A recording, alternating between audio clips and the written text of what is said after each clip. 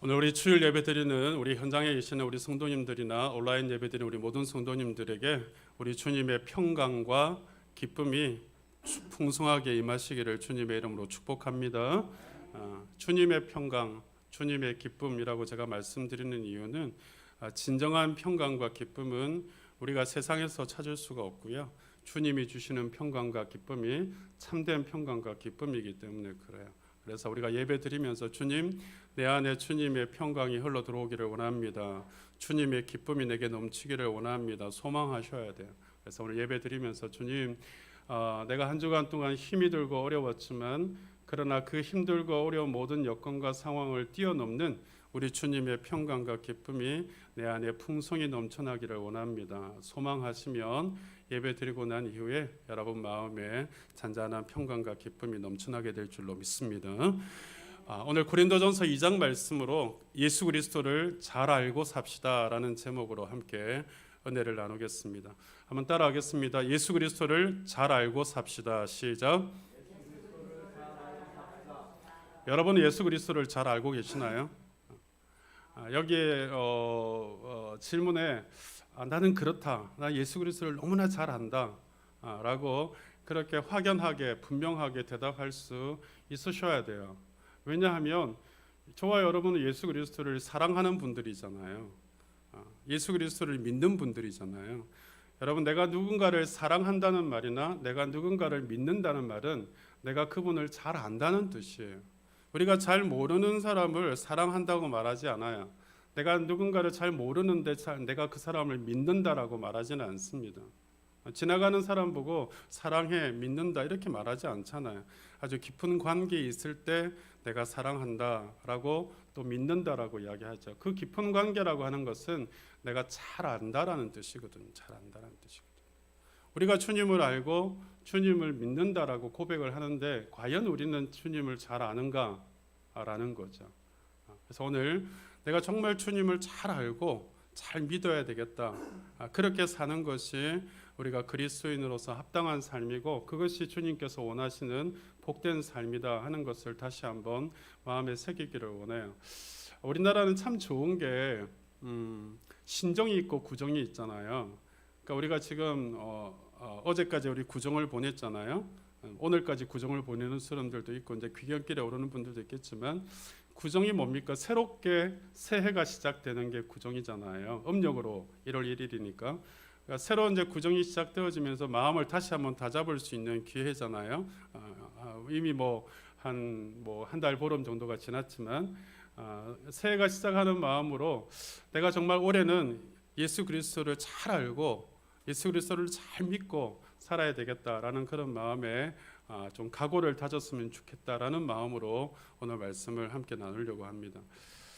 사람들은 어린아이들부터 노인까지 누구나 자기 나름대로 소중히 여기는 것들을 가지고 있습니다. 자기가 가장 소중히 여기는 건 뭔가가 있거든요. 그게 어떤 물질일 수도 있고 그게 어떤 대상일 수도 있고 여러 가지가 있을 수 있어요. 내가 가장 소중히 여기는 것.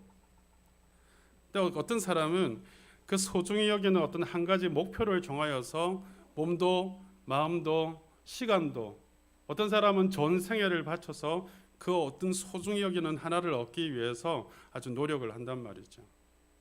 또 어떤 사람은 어떤 한 취미를 정말 소중히 여겨요. 어떤 사람은 골프를 소중히 여겨서 눈만 뜨면 골프 치러 나가는 사람이 있고 어떤 사람이 어떤 운동을 소중히 여겨서 그 운동을 쫓아서 어떤 사람은 등산을 좋아해서 등산을 쫓아서 또 어떤 사람은 낚시를 좋아해서 낚시에 미쳐서 그 어떤 취미에도 정말 자기가 소중히 여기면 그거에 올인하거든요. 작년인가요? 우리나라의 그 조사를 해보니까 전 국민적으로 가장 취미를 삼는 가장 1위가 전 등산인 줄 알았거든요. 그냥 낚시더라고요.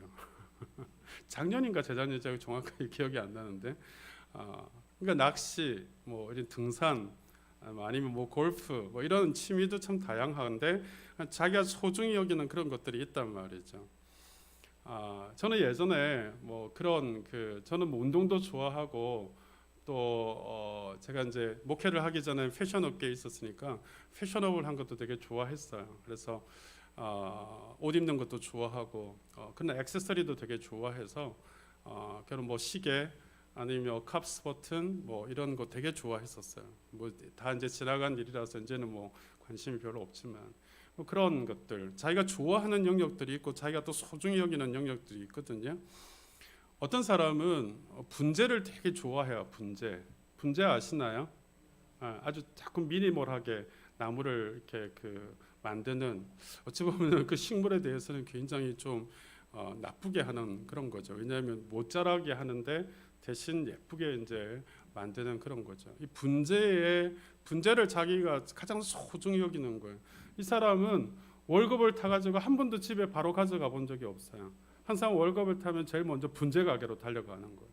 그래서 자기가 원하는 한 달 내내 그 분재 살 마음에 들떠서 있는 거죠. 그래서 월급을 타면 제일 먼저 자기가 원하는 분재가 여러분 얼마나 비싼 줄 아시죠? 그 분재를 사는 거죠. 뭐 집에 가면 얼마나 야단 먹을 거 뻔히 알죠. 여자분들은 돈을 좋아하지 분재를 좋아하진 않잖아요, 그죠? 함께 분재를 좋아하는 사람은 별로 없을 것 같아요. 근데 이 사람이 그렇게 하나둘 모으기 시작한 게 한 200여 점 이상을 모았어요. 근데 어느 날 이 사람이 중병에 걸린 거예요. 암에 걸린 거예요. 근데 암에 걸려가지고 병원에 누워 보니까 자기가 애지중지했던 그 분재라는 게 아무 소용이 없더라는 거죠. 자기가 이제 죽을 지경이 되어 보니까 그 분재, 자기가 소중히 여겼던 분재 쳐다볼 수도 없고 가꿀 수도 없고 자기 병실에 누워 있는 자기 신세를 쳐다보니까 자기가 아무것도 아니라는 걸 깨달은 거예요. 그때 이 부인이 아주 신실한 예수 믿는 사람인데 그때 이제 전도를 한 거죠. 당신이 소중히 여기는 거 이거 분재 아무것도 아니지 않느냐. 당신의 인생 하나님이 정말 그 나사 하나 풀어버리시면 아무것도 아니라는 걸 이제야 깨닫지 않느냐 하고 이제 전도를 했더니 이분이 그제서야 마음을 열고 예수 그리스도를 영접을 한 거예요. 그래 교회 가서 이제 회개하고 예수를 잘 믿고 몸도 치유가 되어지고 마음도 회복이 되어져서 나중에 안수 집사까지 이렇게 되어진 그런 이야기를 들었습니다. 여러분 이분이 그래서 나중에 그 고백하는 게 이런 고백을 하는 거야. 내가 소중히 여겼던 분재 아무것도 아니로구나. 내 생명에 비하면 진짜 아무것도 아니로구나. 이걸 깨달았다라는 거죠. 여러분은 이 세상에서 과연 무엇을 가장 소중히 여기며 살아가고 있습니까? 한번 생각을 해보세요. 나는 과연 무엇을 가장 소중히 여기며 살아가고 있는가? 그리고 그 하나를 얻기 위해서 얼마나 내가 헌신하고 희생하고 노력하고 살아가고 있는가? 여러분의 시간을 쏟고 마음을 쏟고 정성을 쏟는 그것이 가장 소중한 거거든요. 근데 제가 오늘 왜 이야기를 하냐 하면 오늘 우리가 함께 읽었던 고린도전서를 기록한 사람이 사도 바울이잖아요. 이 사도 바울이 가장 소중히 여겼던 가장 자기가 자기 삶에 있어서 가장 정성과 시간과 온 생애를 쏟았던 가장 소중히 여기고 중요하게 여기며 살았던 그분이 누구인가를 제가 소개하고 싶은 거예요. 바로 그는 예수 그리스도였다라는 거죠. 자기의 온 생애를 다 쏟아부어서 가장 소중히 여겼던 분 바로 예수 그리스도 한 분이었다라는 거예요. 사실 여러분 사도 바울은 우리가 잘 알다시피 로마의 시민권을 가지고 있었던 사람이에요. 그리고 유대인 중에서도 여러분 아주 가문 있는 바리새인 중에 바리새인이에요. 그리고 지위도 있는 사람이에요. 지식도 그 당시에 여러분 유대 3대 학파 중에 하나인 가말레알 문화의 문화생입니다. 그러니까 최고의 지식을 가지고 있는 사람이죠. 그러니까 모든 것이 다 갖춰진 그런 어찌 보면 오늘날로 치면 엄친아에 속하는 그런 최고를 가지고 있는 지위와 지식과 학문과 시민권까지 가지고 있는 그런 사람입니다. 그런데 이 모든 것이 최고로 귀한 줄 알고 그 모든 것을 얻으려고 열심을 다해 살았지만 그가 다메섹으로 가는 길에 예수 그리스도를 만나잖아요. 더 정확하게 말하면 예수님이 그를 만나 주시잖아요. 그래서 그 다메섹으로 가는 길에서 다메섹 그러면 다마스커스를 말하는 거거든요. 다마스커스로 가는 그 길에서 예수님이 만나 주심으로 그가 회심을 하게 되어지죠. 예수 그리스도를 만나고 회개한 다음에 자기가 소중히 여겼던 지식, 지위, 로마의 시민권, 뭐 이런 모든 것들을 내가 소중히 여겼던 것들이 아무것도 아니구나 라고 생각하고 그걸 똥으로 여긴다는 거죠. 배설물로 여기고 다 버렸다라는 거예요. 여러분, 배설물은 소중히 여기고 간직하고 있는 게 아니잖아요. 어떻게 해요? 다 버리는 거잖아요. 맞다고 누가 띵동 그랬어요. 야, 너무 정확한 타임에 띵동 해주셔서 감사합니다. 배설물로 여기고 버리는 거거든요. 여러분, 그래서 사도 바울이 예수를 만나면서 예수 안에 살면서 이 모든 것이 자기가 가지고 있었던 소중히 여기는 것이 아무것도 아닌 것을 깨닫고 모든 것을 배설물처럼 버렸단 말이에요. 그리고 그 이후에 남은 생애를 이 세상에서 가장 귀한 예수 그리스도를 사랑하고 그를 위해서 일생을 바쳐서 헌신하며 살았단 말이죠. 그러니까 그 이후의 삶은, 여러분, 사도 바울의 삶은 예수를 만나고 나서 참 행복한 삶, 참 승리하는 삶을 살았다라고 말할 수 있는 것이죠. 사랑하는 성도 여러분, 오늘 저와 여러분 어떻게 살아야 될까 많은 사람들이 질문합니다. 이 코로나 시대에, 이 어려운 시대에 과연 우리는 어떻게 살아야 됩니까? 어떻게 사는 것이 행복한 삶이고 어떻게 사는 것이 승리하는 삶을 살아가는 삶입니까? 라고 우리가 스스로도 질문하고 많은 사람들에게, 현자에게 질문해 하고 싶잖아요. 어떻게 사는 게 좋은 행복한 삶일까? 복된 삶일까?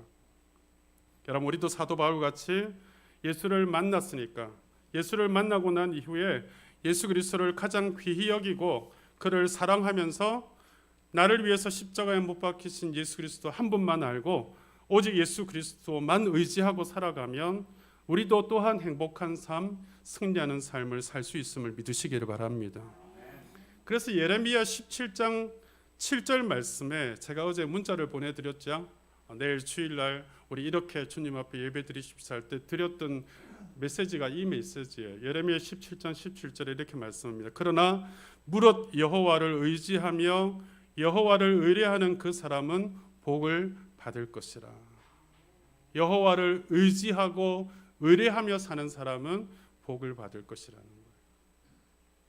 저는 의지하다는 말을 다른 말로 표현하고 싶어요. 매달리다. 주님을 온전히 매달리며 살아가는 사람은 복을 받을 것이라는 거예요. 제가 지난주 말씀드렸잖아요. 우성이가, 여러분, 우성이 아빠한테 그렇게 매달리면요 모든 게 다 해결이 된다는 걸 알아요. 그러니까 맨날 칭얼칭얼대고 매달려요. 지금은 좀 커서 안 그럴 것 같지만 어릴 때는 항상 칭얼대고 매달려요. 그럼 아빠는 할 수 없이 가는 거예요. 해결해 주는 거예요.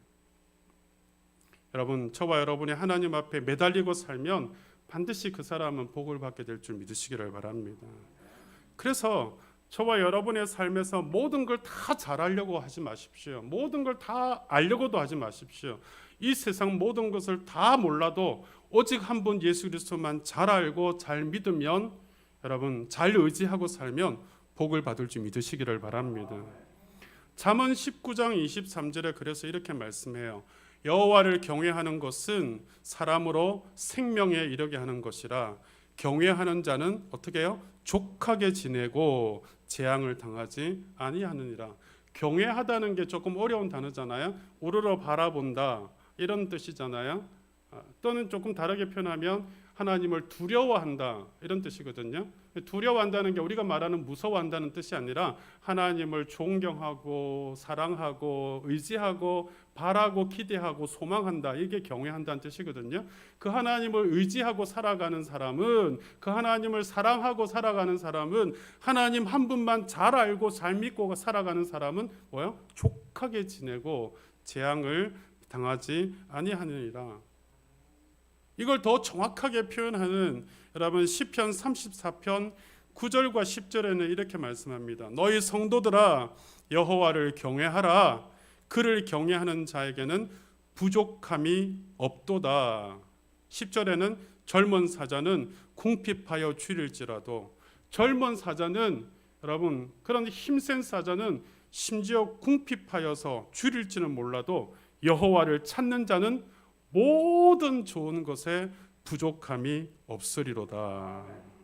여호와를 찾는 자는 그냥 좋은 것에가 아니고 모든 좋은 것에 어떻게 한다고요? 부족함이 없으리로다. 할렐루야. 믿으시면 아멘 하십시다. 여러분, 하나님께서 우리에게 주시는 메시지예요. 여호와를 경외하는 자는 부족함이 없는데 한 번 더 강조하시잖아요.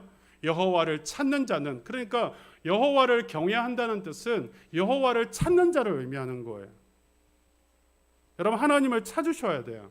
오늘 예배 드리러 나온 이유가 뭐예요? 하나님을 찾으시는 거거든요. 목사가 나오라 그래서 나온 것도 아니고, 여러분 주일 되어서 어쩔 수 없이 나온 것도 아니고, 여러분이 하나님이 없으면 못 살겠다고 생각하고 하나님의 은혜가 아니면 한순간도 못 살아감을 알고 하나님을 찾기 위해서 나온 줄 믿습니다. 그러면 오늘 모든 좋은 것에 부족함이 없게 하시겠다고 약속하신 말씀대로 이루실 줄 또한 믿으시기를 바랍니다. 그러니까 하나님만 알고 하나님만 잘 믿고 잘 알고 살면 하나님이 복을 주실 줄 믿으시기를 바랍니다. 물론 그렇다고 여러분, 우리가 광야 생활을 안 지나는 건 아니에요. 여러분, 이스라엘 백성들이 하나님이 함께 하시거든요. 하나님이 복을 주시거든요. 그러나 그들의 삶을 가만히 들여다보면 이스라엘 백성들이 40년 광야 생활을 합니다. 광야 생활이라는 게 여러분 녹록한 생활은 아니거든요. 왜냐하면 집이 있는 것도 아니고 뭐 풍족한 어떤 환경이 주어진 것도 아니에요. 광야는 얼마나 험한 여러분 생활인지 몰라요. 그러나 하나님께서 어떻게 하시죠? 매일같이 하늘에서 만나를 내려주시죠. 반석에서 물을 내어주신단 말이에요.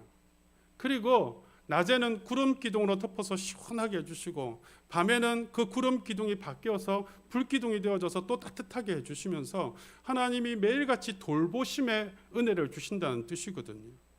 여러분, 비록 우리가 지금 힘이 들고 어렵지만 우리 삶에 여러분 녹록치 않은 광야를 지나고 있지만 그러나 하나님의 돌보심의 은혜가 있다는 것이 바로 저와 여러분에게 주시는 복인 줄 믿으시기를 바랍니다. 저도 제가 개인적으로 지금 굉장히 힘든 시기를 지나고 있거든요. 제가 여러분에게 표현을 안 해서 그렇지 굉장히 어려운 시기를 지나고 있습니다. 그러나 그럼에도 불구하고 저는 마음에 또 기대하는 건 뭐냐 하면 그럼에도 불구하고 하나님의 돌보심의 은혜 가운데 있다는 건 전 분명히 알거든요. 그래서 기대하는 거예요. 소망하는 거예요.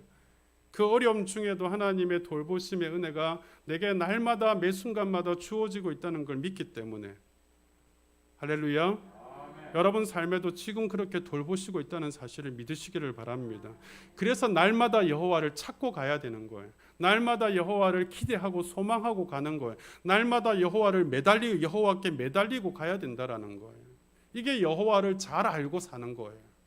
안다라는 게 제가 그랬잖아요. 사랑한다는 것이고 믿는다는 것이라고. 하나님을 사랑하고 하나님을 잘 믿고 가면 하나님이 책임진다는 분명한 의식이 있으셔야 돼요.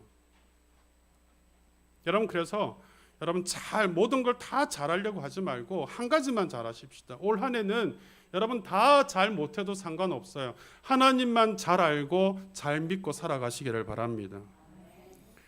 여러분 잘 알고 하나만 잘한 사람 중에 제가 한두 사람만 소개를 해볼게요. 미국에 여러분 하인즈 워드 주니어라는 한국계 미국인이 있습니다. 이 사람 미식축구 선수예요. 우리 아마 이무영 집사님은 미식축구를 좋아하는 걸로 알고 있는데 잘 아실 거예요. 미국에 여러분 슈퍼볼이라는 아주 미국의 최고의 스포츠 축제가 있습니다. 이 슈퍼볼 하면은 뭐 전 미국인들이 들끓는 그런 축제거든요. 이 슈퍼볼 축제에서 MVP를 받았던 사람이에요. 사진 한번 띄워주시겠어요? 이렇게 생긴 사람이에요. 약간 한국인처럼 보이죠? 어머니가 한국인이에요. 아버지가 미국인이고. 이 사람이 여러분 슈퍼볼에서 MVP를 받을 정도면 최고의 사람이거든요. 그러니까 그때 이후로 이 미식축구 하나 잘해가지고 여러분 세계 최고의 대우를 받고 있는 그런 사람이에요. 우리나라에도 이 어머니 김영희 씨라고 하는 분하고 같이 한국에 왔었는데요. 우리 한국에 왔을 때도 최고의 대우를 받았던 사람이에요. 미국에서 한국 오는데 여러분 비행기 타고 와야 될 거 아니에요. 항공사들이 서로 모시고 가려고. 왜냐하면 여러분 하인즈 워드가 타고 왔다면 광고가 될 거 아니에요. 그러니까 서로 막 아시아나 대한항공 또 외국계 항공사들이 서로 막 모시고 가려고 그랬다는 거예요. 근데 결국은 대한항공이 여러분 가장 좋은 최고급 자리로 모시면서 돈까지 주면서 여러분 그렇게 대한항공이 1등석에 태워서 모시고 왔다는 거예요. 한국에 와서 호텔에 묵는데도요, 여러분 호텔에 묵는데도 서로 경쟁을 하는 거예요. 좋다는 호텔에서 서로 모시고 가겠다고. 그러면 얼마나 호텔이 광고가 되겠어요. 결국 롯데 호텔이 모시고 가는데도 돈을 주면서 모시고 가요. 여러분이 거기서 여기 한국에 있는 동안에 뭐 핸드폰이 필요하잖아요. 핸드폰도 여러분 서로 주려고 날린 거예요. 삼성에서 핸드폰 최고의 핸드폰을 주면서 돈까지 주면서 핸드폰을 줬어요.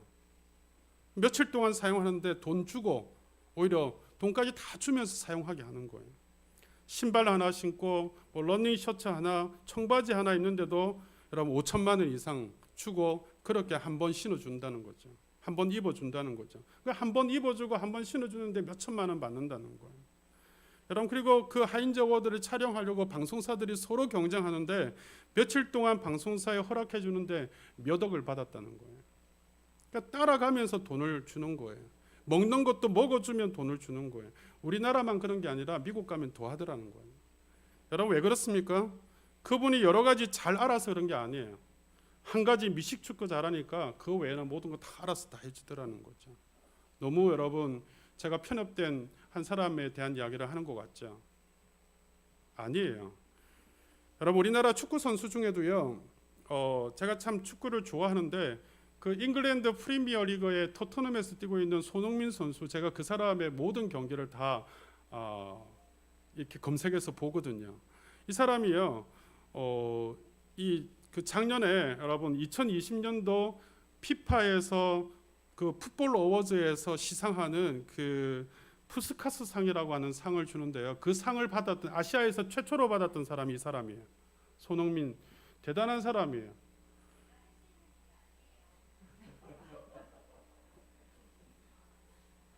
그러니까 대단한 사람이에요. 그리고 그 작년에 그 한국 그 축구 대표팀에서 카타르하고 평가전을 벌이고 난 다음에 다시 토트넘으로 복귀를 해야 되는데 그때 한참 왜 한국 선수들 그 카타르 평가전 할 때 왜 그 코로나가 걸리고 막 그랬잖아요. 스태프들이 코로나 걸리고 그러니까 이 선수를 보호해야 되겠다 싶어가지고 구단에서 전용기를 보내가지고 이 사람을 태워올 정도예요. 얼마나 이 사람이 대단한 사람이냐면. 그리고 여러분 이 사람 주급이 지금 한 주에 주급이 2억이 넘어요. 근데 이번에 재계약했는데 한 주에 주급이 3억 정도는 돼야 재계약이 가능하다 그러더라고요. 저는 놀라지도 않으시는군요. 한 주에 주급이 2억 3억 그래도 뭐 우리는 그 정도도 벌지 뭐 그 정도 안 받는 사람 어딨나 이런 지금 눈빛인데 대단한 사람이라니까요. 우리나라 간판 여러분 뉴스가 9시 뉴스 아닙니까? 9시 뉴스에 스포츠 뉴스 시간에 이 사람 이야기가 거의 빠지는 적이 없어요. 거의 경기 때마다 다 이야기 나와요. 그러니까 여러분 축구 하나만 잘해도 이 정도로 여러분 그렇더라는 거죠. 너무 비약적으로 제가 말씀을 드리는 것 같지만 여러분 세상에서도 한 가지만 잘 알고 잘 하니까 임처럼 알아주는데 하물며 온 세상의 주인이신 우리 주 예수 그리스도를 가장 귀히 여기고 가장 잘 알고 가장 잘 믿고자 한다면 여러분 하인즈 워드나 여러분 손흥민 선수의 가는 길과 비교할 수 없는 축복과 은혜가 우리의 삶에도 따라올 줄 믿으시기를 바랍니다. 그러니까 예수를 잘 알고 예수를 잘 믿는 삶이 이만큼 중요하다라는 거예요. 이게 그리스도인에게 있어서 본질이고 목표 아니겠습니까? 여러분이 예수 믿어서 교회 다녀서 신앙생활해서 여러분 가지고 있는 목표가 뭐예요? 예수 잘 믿는 본질이 뭐냐고요? 제가 좀 어찌 보면은 여러분 너무 이 본질적인 이야기를 하는 것 같지만 여러분 하나님 앞에 우리가 복 받기를 원하시잖아요. 그 복이라는 게 단순히 여러분 물질적인 복, 뭐 세상적인 복을 의미하는 게 아니라 하나님이 제가 아까 이야기했잖아요. 돌보심의 복, 하나님이 은혜 베푸심의 복, 하나님이 함께 하시는 그 복을 누리기를 원하시잖아요. 그러니까 이게 우리의 본질적인 목표잖아요. 예수 믿는 본질이잖아요. 그러니까 우리가 잘 믿고 잘 알고 그분을 바라보고 가야 될 이유가 여기 있는 거거든요. 그래서 이스라엘 백성들을 하나님께서 40년 동안 훈련시키신 이유가 뭐다고 여러분 성경에 기록합니까? 하나님이 어떤 분이신가를 그들이 기억하고 그 하나님을 의지하고 바라보는가 아닌가를 시험하기 위해서 광야 생활을 하게 하셨다라는 거거든요. 여러분 우리 삶에 이 광야에 여러분 우리가 지금 천국 가기 전까지 우리 모든 삶은 광야의 삶이거든요. 이 광야의 삶에서 하나님이 우리를 시험하시고자 하는 게 뭐냐 하면 너가 예수를 잘 알고 잘 믿고 그분을 바라보고 그분을 사랑하고 의지하고 의뢰하고 살아가며 너의 삶을 그렇게 살고 있는가 아닌가를 하나님이 시험해 보시는 거예요. 그러면서 우리의 모든 삶을 여러분 다 공급하시고 돌보시는 가운데 있다라는 사실 또한 잊지 않으셔야 된다라는 거죠. 그래서 금년에는 여러분 다시 복음으로 회복하여서, 다시 복음으로 회복하는 건 뭐야? 다시 예수 그리스도에게 집중하자고 제가 말씀드렸잖아요. 다시 예수 그리스도에게 집중하여서 예수를 잘 알고 예수의 능력을 덧입는 우리의 믿음이 되어지자라는 것이죠. 오늘 본문의 2절을 보시면은요, 이렇게 말씀합니다. 내가 너희 중에서 예수 그리스도와 그가 십자가에 못 박히신 것 외에는 아무것도 알지 아니하기로 작정하였음이라. 여러분, 이 고린도 지역은요 굉장히 큰 상업 지역입니다. 그리고 고린도는 여러분 알다시피 헬라 문화가 굉장히 꽃피었던 그런 도시거든요. 그러니까 헬라 그러면 생각나는 게 뭐예요? 철학이거든요. 헬라 철학. 그러니까 많은 언변을 잘하는, 사람의 말을 잘하는 사람들이 모여 있는 도시예요. 그곳에 가서 여러분 한 1년 반 동안 머물면서 바울이 고린도 도시에서 복음을 전하거든요. 그러면 여러분 말 잘하는 사람들한테는 말 잘을 해야 여러분 복음을 전할 수 있을 것 같잖아요. 그래서 여러분 뭐 강남에 있는 교회들은요, 아주 강남에 있는 지식인들에게 아주 지식적으로 잘 전해야 복음을 잘 전할 것 같은 생각이 들거든요. 근데 바울도 지금 이 고린도 도시에 그런 헬라 철학이 왕성한, 그리고 철학자들이 많이 사는 그런 언변이 아주 달통한 사람들이 있는 그런 도시에 가서 복음을 전해야 되는데, 그가 말을 잘해서 복음을 전해야 되겠다고 생각하는 게 아니라 오늘 2절 말씀처럼 여러분 예수 그리스도와 그 십자가에 못 박히신 것 외에는 아무것도 알지 아니하기로 작정하고 오직 예수 그리스도와 십자가에 못 박히신 그 주님만 전하기로 작정했다라는 거예요. 이게 여러분 바울이 복음 전하는 방식이고 바울이 가지고 있는 그의 마음의 마인드란 말이에요. 우리도 여러분 복음 전할 때에 아주 미사어구를 통해서 예수를 잘 설명해야 될 것 같고 복음을 전해야 될 것 같다고 생각하지만 그렇지 않아요. 복음의 가장 본질적인 예수 그리스도와 십자가를 전하면 그 다음에 우리가 전한 뒤에 열매 맺게 하시는 것은 주님이 하시는 줄 믿으시기를 바랍니다. 가장 본질을 정하셔야 돼요. 예수가 누구이고 십자가가 무엇인지를 전하면 그 나머지는 복음의 능력으로 역사되어지는 하나님의 결과물로 열매 맺게 되는 거거든요. 그래서 5절에 보면 이렇게 말씀하는 거예요. 너희 믿음이 사람의 지혜에 있지 아니하고 다만 하나님의 능력에 있게 하려 함이니라. 사람의 지혜로 복음을 받아들이는 게 아니에요. 하나님의 능력으로 복음이 들어가는 거거든요. 저와 여러분이 예수를 믿게 되어진 게 옆에 있는 사람이 여러분 지혜롭게 말해서 사람의 지혜로 여러분이 복음을 받아들이게 되어진 것 같죠? 그렇지 않습니다. 하나님의 능력이 임해서 여러분이 믿게 되어진 줄 믿으시기를 바랍니다. 이미 내가 예수를 믿고 있다는 건 하나님의 능력이 내게 임하였구나 라고 믿으셔야 돼요. 내 믿음은 하나님의 능력으로 임하여진 믿음이지 사람의 지혜로 임한 믿음이 아니에요. 그래서 예수 그리스도와 그의 십자가 그것을 믿을 때 하나님의 능력이 역사하사 우리가 구원을 입게 되었고 하나님의 능력을 덧입는 믿음이 되어졌다라고 바울이 이야기하고 있는 거예요. 여러분 우리 인생에서 가장 잘 알아야 될 분, 그래서 예수 그리스도인 거예요. 여러분 얼마나 예수 그리스도를 잘 아십니까? 예수 그리스도는 나를 위하여 죽으신 분이에요. 예수 그리스도는 나의 구원자예요. 여러분 그래서 우리가 나의 주 아니면 나의 구주 이렇게 표현하시잖아요. 나의 구원자 이런 뜻이잖아요. 주, 구주, 구원자 같은 의미로 해석을 하시면 돼요. 그래서 기도하실 때마다 나의 주님, 나의 구주, 나의 구원자이신 주님, 이 말은 무슨 말이에요? 나를 위해서 죽으신 주님, 내 죄를 속죄하기 위해서 십자가에 대신 죽으신 주님, 십자가에 못 박히신 주님, 이런 뜻이에요.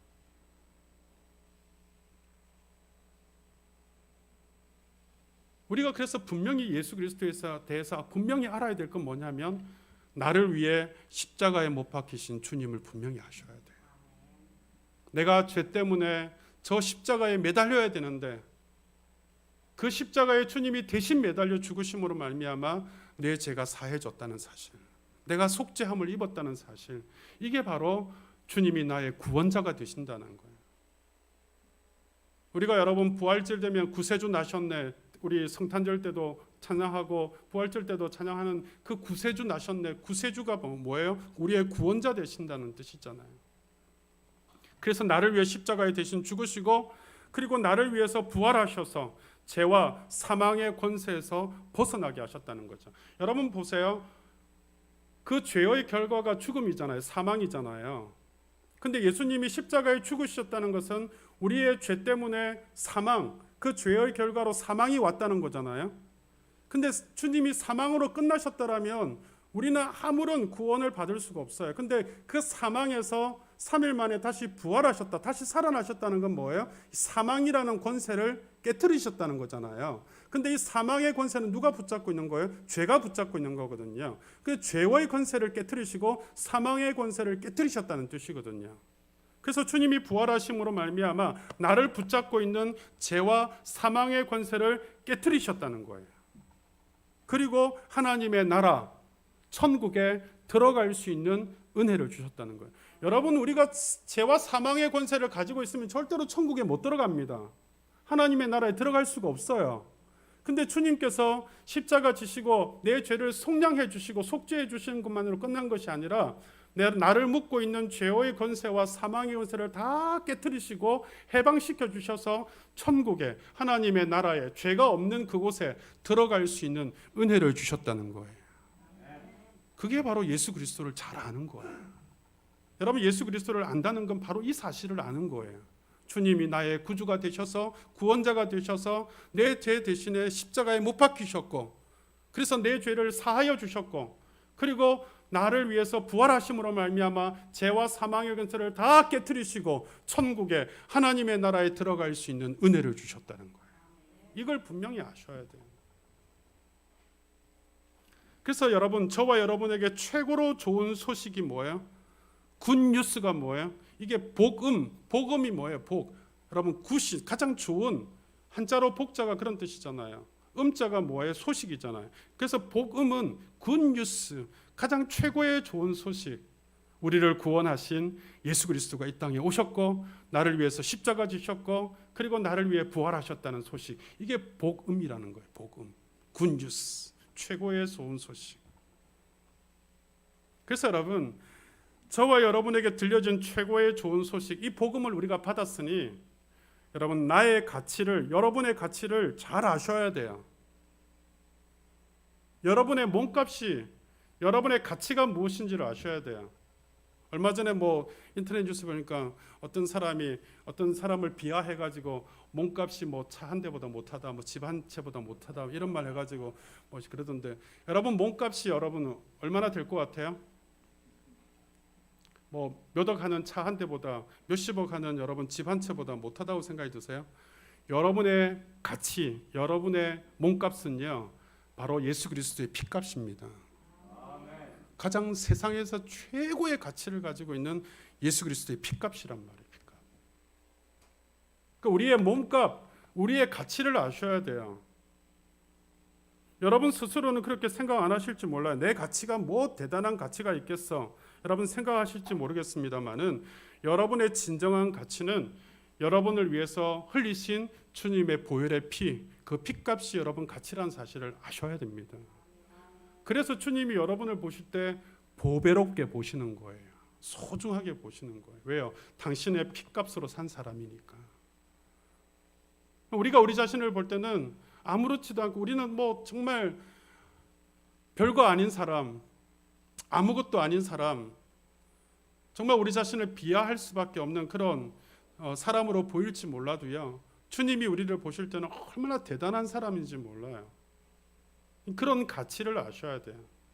여러분, 제가 그래서 하나님의 자녀, 거룩한 백성이라는 성도가 여러분 거룩할 성자의 백성도자 아닙니까? 그래서 하나님의 거룩한 백성이라는 이름을 가진 게 성도거든요. 그러니까 성도라는 이름이 얼마나 귀한지 몰라요. 우리가 여러분 장례식장 가면은 성도라는 이름을 쓸 수 있다는 게 얼마나 좋은지 몰라요. 하나님의 거룩한 백성 되어졌다는 게, 이 하나님의 거룩한 백성이라는 이름을 쓸 수 있는 여러분 그런 하나님의 자녀가 되어진 거거든요. 여러분 하나님이 온천하 만물을 지으신 여러분 주권자신데, 이 세상의 주인이신데, 그 주인 되시는 그분의 자녀가 되어졌다는 이 놀라운 특권을 우리가 가지고 있다니까요. 근데 그걸 모르는 거예요. 여러분 우리나라에서 최고의 재벌이 뭐 누군지는 모르겠지만 삼성이라고 치십시다. 삼성의 여러분 만일에 자녀다 그러면 그런 프라우드가 있지 않겠습니까? 근데 여러분 이 하늘 온 천하 만물의 주인이신 하나님의 자녀인데 그런 프라우드가 없는 거예요, 우리에게는. 그러니까 예수를 잘 모르는 거예요.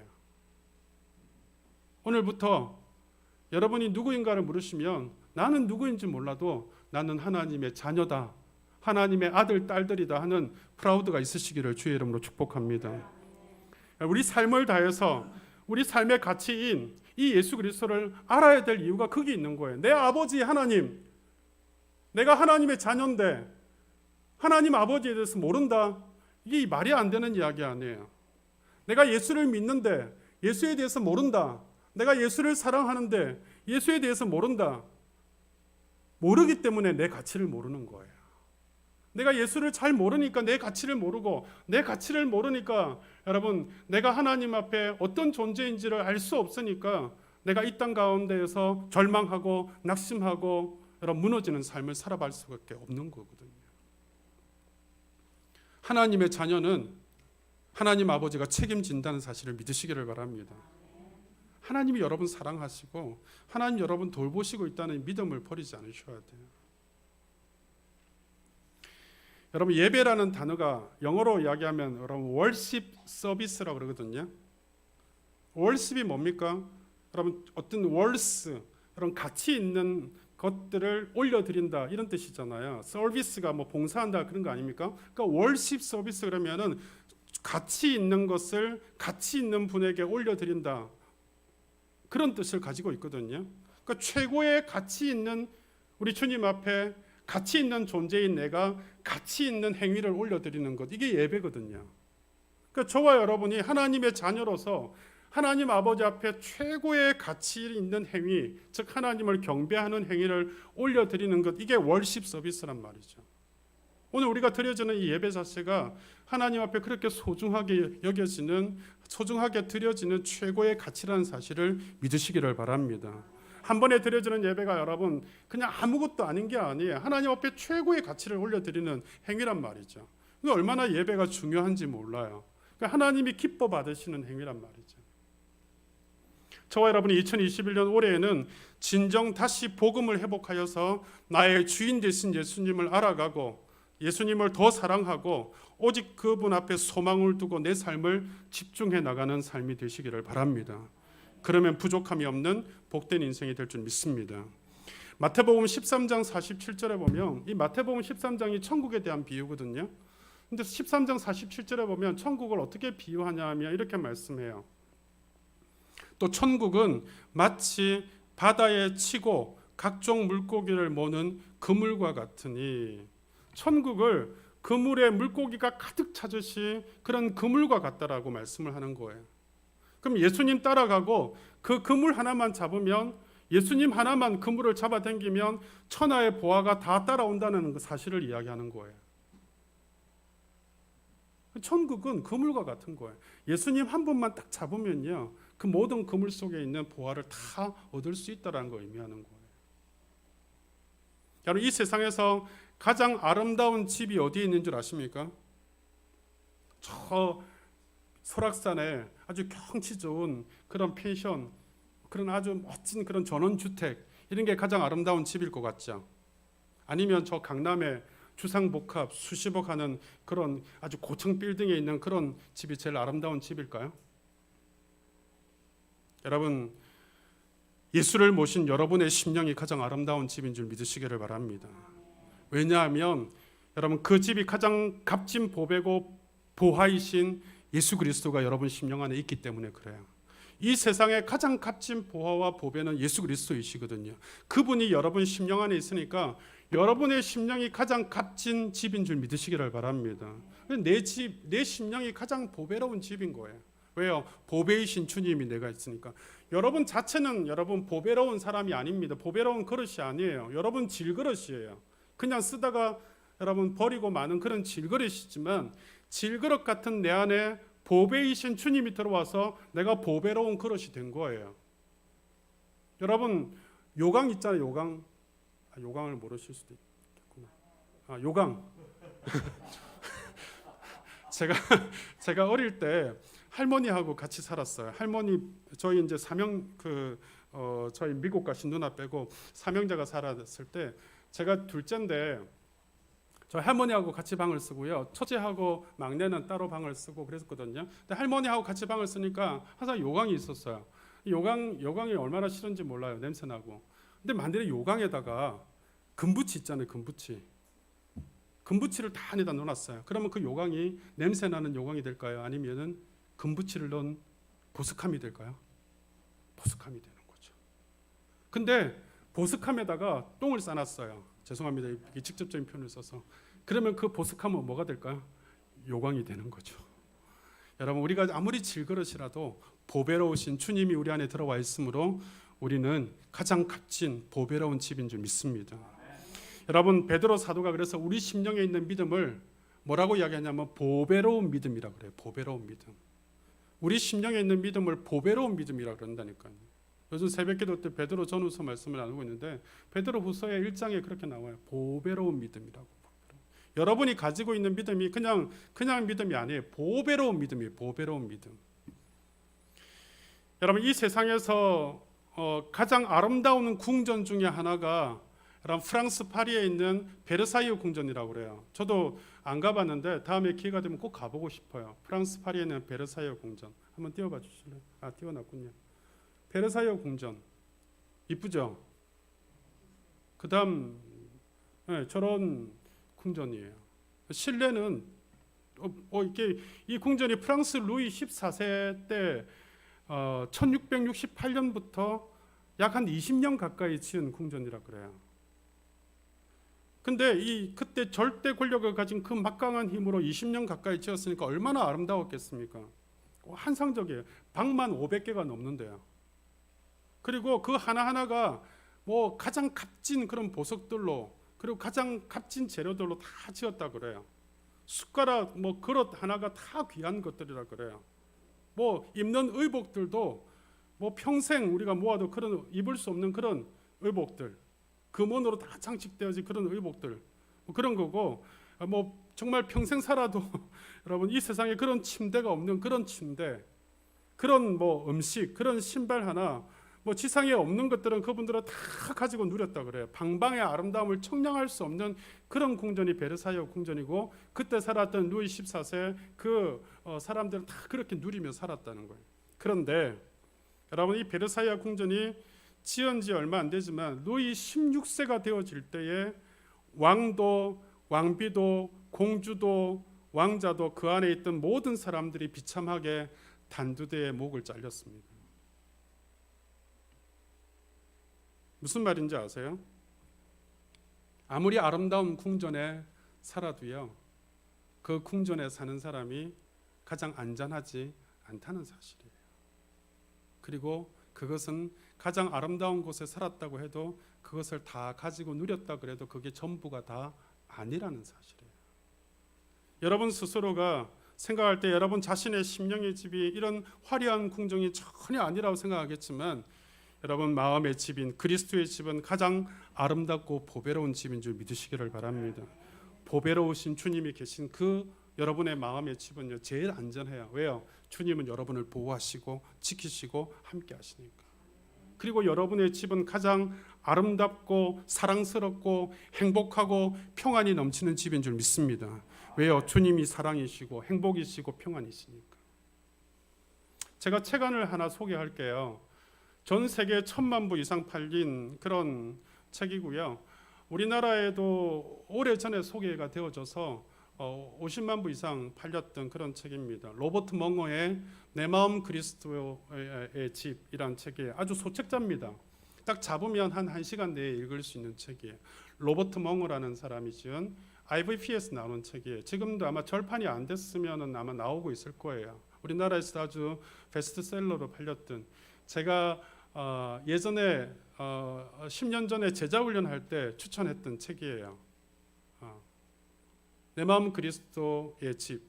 여러분 이 책을 보면 그리스도를 내 마음에 모셔드린 후에 생활의 모든 영역에서 거실도 서재도 그리고 안방도 부엌도 모두 다 그리스도의 집이라고 생각하고 그곳에서 주님을 만나는 거죠. 그래서 내 마음 그리스도의 집이라고 그렇게 표현하는데, 정말 곳곳에 주님의 집이라고 생각하면서 이 표현하고 있는 아주 좋은 책입니다. 이 책을 읽어보면 야, 그렇구나, 내 마음이 그리스도의 집이구나, 이걸 알 수 있습니다. 참고로 또 말씀을 드리면은요, 여러분 예전에는 하나님의 집이 성막에 있었잖아요. 텐트였잖아요. 구약 시대 때는 제일 먼저 성막, 텐트에 있었죠. 그게 이제 다윗 시대로 오면서 성전, 건물이 되어지잖아요. 다윗 성전, 솔로몬 성전이라고 하는 게 더 정확하죠. 솔로몬 성전. 그 다음에 이제 신약 시대로 넘어오면서 헤롯 성전으로 되어지죠. 헤롯이 이제 성전을 짓잖아요. 헤롯 성전. 그 이후로 이제 성전이 회파되어지고 나서 바벨론 포로에서 돌아와서 다시 성전을 복구하죠. 그 이후로 여러분 그 티토스에 의해서 다시 이제 무너지고 난 다음에 이 성전이 이제 지금 복구가 되어졌지만 그건 이제 뭐 지금 거의 이슬람 사원으로 쓰여지고 함께 지금 이제 공동 그렇게 이제 사용하고 있지만 제대로 된 원형은 아닙니다. 그래서 주님께서 말씀하시잖아요. 이제 성막에서 성전으로 가서 이제 그 성전이 어떻게 된다고요?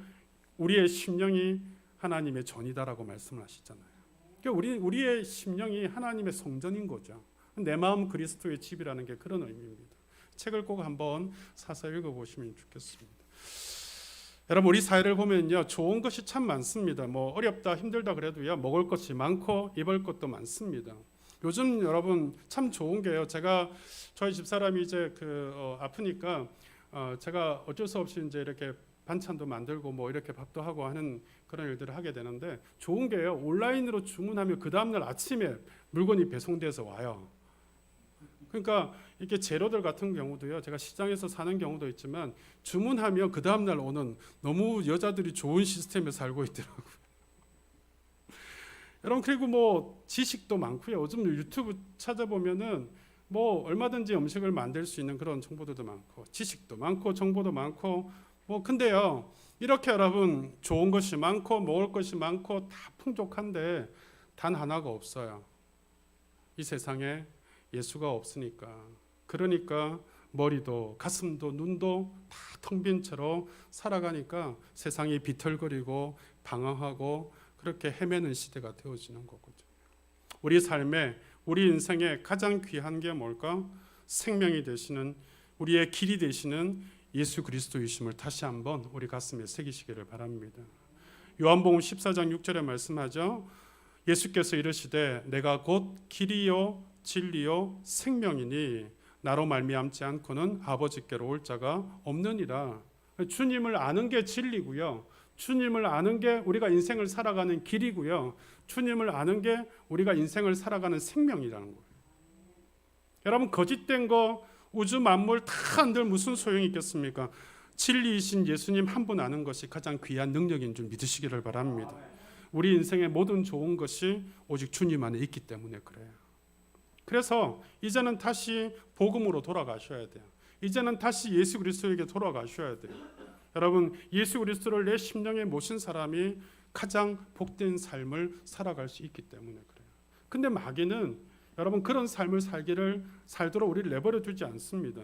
어떻게 하든지 예수 믿는 사람을 넘어뜨리려고 해요. 지능적으로 넘어뜨리려고 해요. 한순간도 여러분 그냥 내버려 두지 않습니다. 그래서 깨어서 기도해야 되고 항상 예배 드려야 되고 항상 은혜 중심으로 살아야 되고 항상 교회 중심으로 살아야 돼요. 예수 귀한 줄 알고 끝까지 믿음으로 달려갈 수 있도록 애써 가셔야 된단 말이죠. 그래서 주님이 부탁하시는 거예요. 게으르지 말고 열심을 품고 주를 섬기라고. 요한일서 5장 4절에 말씀하잖아요. 무릇 하나님께로부터 난 자마다 세상을 이기느니라. 세상을 이기는 승리는 이것이 우리의 믿음이니라. 여러분, 세상을 이기는 방법 딱 한 가지밖에 없다는 거예요. 믿음으로 세상을 이기는 거라는 거예요. 그 믿음이 뭐예요? 예수 그리스도를 잘 알고 그분을 잘 믿고 살아가는 길밖에 없다는 거예요. 이게 세상을 이기는 승리하는 방법이라는 거예요. 힘 있고 권력 있고 돈 있고 여러분 지식 있고 지혜 있으면 세상을 이길 것 같죠? 절대로 그렇지 않습니다. 모든 세상의 주권을 가지고 있는 주님을 잘 아는 것이 세상을 이기는 방법이에요. 그분을 잘 믿는 게 세상을 이기는 방법이에요. 우리가 잘 아는 여러분 찬송가 94장을 보면 1절의 가사가 이렇잖아요. 주 예수보다도 귀한 것은 없네. 이 세상 부귀와 바꿀 수 없네. 영죽은 내 대신 돌아가신 그 놀라운 사랑 잊지 못해. 주 예수보다도 귀한 것은 없네. 예수밖에는 없네. 여러분, 우리가 이런 고백을 하기 위해서 주님을 더 알아가시고 더 주님 안에 거하시고 더 주님을 사랑하는 여러분 되시기를 주님의 이름으로 축복합니다. 이 세상 다 가져도요, 이 세상 다 있어도요, 예수가 없으면 없는 거예요. 왜 그런가 하면 이 세상 것은 한순간에 다 없어질 수 있기 때문에 그래요. 한순간에 다 날아갈 수 있기 때문에 그래요. 여러분 가지고 있는 생명 한순간에 없어질 수 있습니다. 여러분 가지고 있는 재물 한순간에 날아갈 수 있습니다. 다 있어도요, 예수님 없으면 다 없는 것 같은 거예요. 그러나 이 세상 모두 다 없어져도요, 예수님이 계시면 다 있는 것과 같습니다. 예수가 있으면 그분이 나를 지키고 그분이 나와 함께하고 그분이 내 모든 삶을 책임진다는 걸 믿으시기를 바랍니다. 만왕의 왕이 되신 예수님이 날마다 새 힘 주시고 날마다 함께 하시면 낙심할 일도 없고 지칠 일도 없고 넘어질 일도 없는 거거든요. 로마서 5장 8절에 말씀합니다. 우리가 아직 죄인 되었을 때에 그리스도께서 우리를 위하여 죽으심으로 하나님께서 우리에 대한 자기의 사랑을 확증하셨느니라. 저는 이 말씀을 여러분 가슴에 다시 한번 새기시면 좋겠어요. 우리가 의로웠을 때가 아니라, 우리가 괜찮은 사람이었을 때가 아니라, 우리가 죄인 되었을 때에 예수님께서 십자가에 못 박히심으로 하나님께서 우리에 대한 자기의 사랑을 확증하셨다는 거예요. 도장 찍으셨다는 거예요. 그 사랑은 변하지 않습니다. 우리가 여러분 하나님이 내 편 되어 주시고 하나님이 날 도와주신다는 사실은요, 내가 좋을 때만 아니에요. 내가 외로울 때도 주님 내 곁에 오시고, 내가 버림받았을 때도 주님 나와 함께 하시고, 나를 도와줄 리가 없을 때도 주님 나와 같이 계시고, 나를 사람들이 다 버리고 돌던진다 하더라도 주님이 날 막아주시고, 주님이 나에게 생명 되어주시고 구원 되어주시고 함께 해주신다는 사실을 믿으시기를 바랍니다. 여러분, 생명을 버려서 우리를 사랑하시는 이 예수 그리스도이시기 때문에 우리를 지켜주신다는 거예요. 나를 지켜주신다는 거예요. 나와 함께 하신다는 거예요. 그래서 주님을 잘 알고 살면 주님이 책임진다는 사실을 믿으시기를 바랍니다. 여러분, 참된 신앙으로 내 안에 주님을 바라보지 않으면, 그분을 모시지 않으면 늘 흔들릴 수밖에 없는 거예요. 여러분, 이 세상에 나를 흔들리게 하는 게 얼마나 많습니까? 그러나 주님을 내 안에 모시고 살면 절대로 흔들리지 않습니다. 평온함이 있고 기쁨이 있고, 그리고 주님 주시는 흔들림 없는 복된 삶이 있다는 사실을 꼭 기억하시고, 2021년도 올 한 해는 여러분 다시 예수 그리스도에게 집중하여 달려가셔서 여러분 주님을 깊이 알고 그 주님만 바라보고 믿고 의지하고 살아가는 그런 삶이 되심으로 주님 주시는 복된 삶이 되시기를 주님의 이름으로 축복합니다. 우리 기도하겠습니다. 우리 시간 기도하실 때 하나님, 오늘 아침에 다시 한번 결단합니다.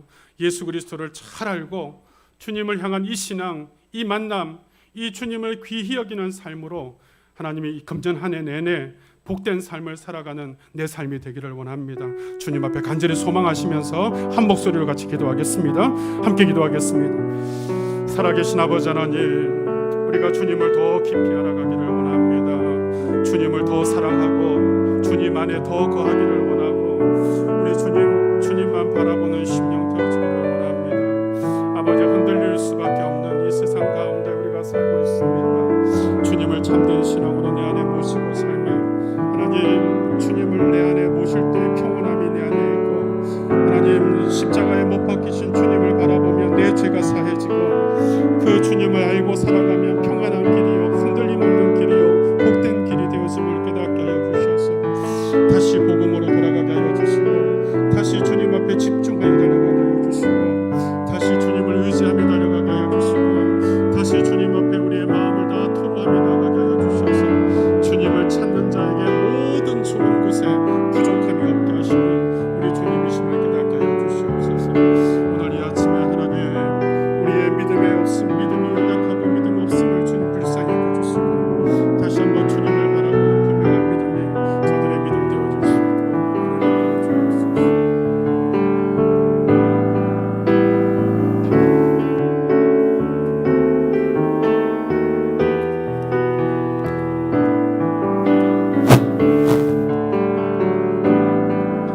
나 무엇과도 주님을 바꾸지 않으리. 다른 어떤 은혜 구하지 않으리. 오직 주님만이 내 삶의 도움이시니 주의 얼굴 보기 원합니다. 주님 사랑해요. 주님 사랑해요.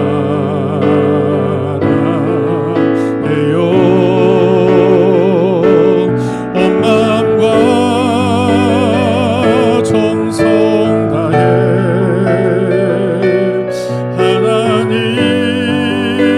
하나님의 신실한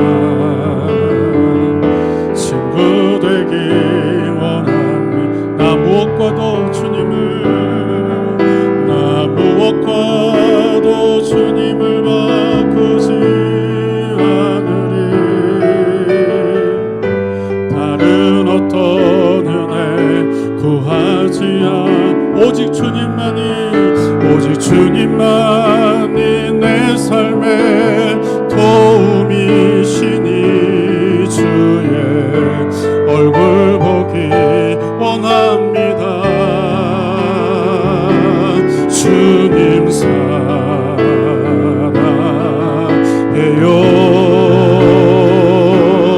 온 마음과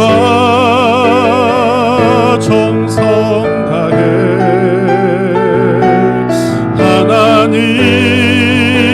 하나님의 신실한 친구 되기. 우리 주님 앞에 주님 사랑해요 고백하십시다. 주님 사랑해요.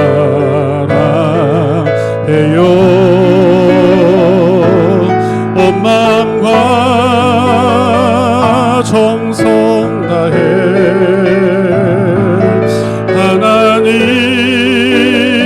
하나님의 신실한 친구 되기. 나를 사랑하시는 내 주님께 주님 사랑해요. 주님 사랑해요.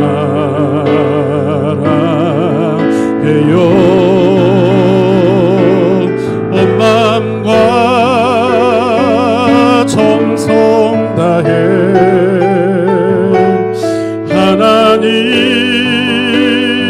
하나님의 신실한 친구 되기 원합니다. 하나님, 주님이 날 위해 십자가 지셨습니다. 주님 언제나 내 편 되어 주심을 믿습니다. 주님 언제나 날 도와주심을 믿습니다. 내가 외로울 때도, 내가 버림받을 때도, 아무도 날 도와줄 리 없을 때도 주님 언제나 나와 함께 계시고 내 곁에 계시고 나를 사랑하시는 분이심을 믿습니다. 나를 위해 생명을 버리시기까지 사랑하신 그 주님을 알고 그 주님을 귀히 여기는 삶으로 금년 한 해 살아갈 때에 저들이 복된 삶이 되어줄 수 있도록 저들을 축복하여 주시옵소서. 예수님 이름으로 기도하옵나이다. 아멘. 준비하신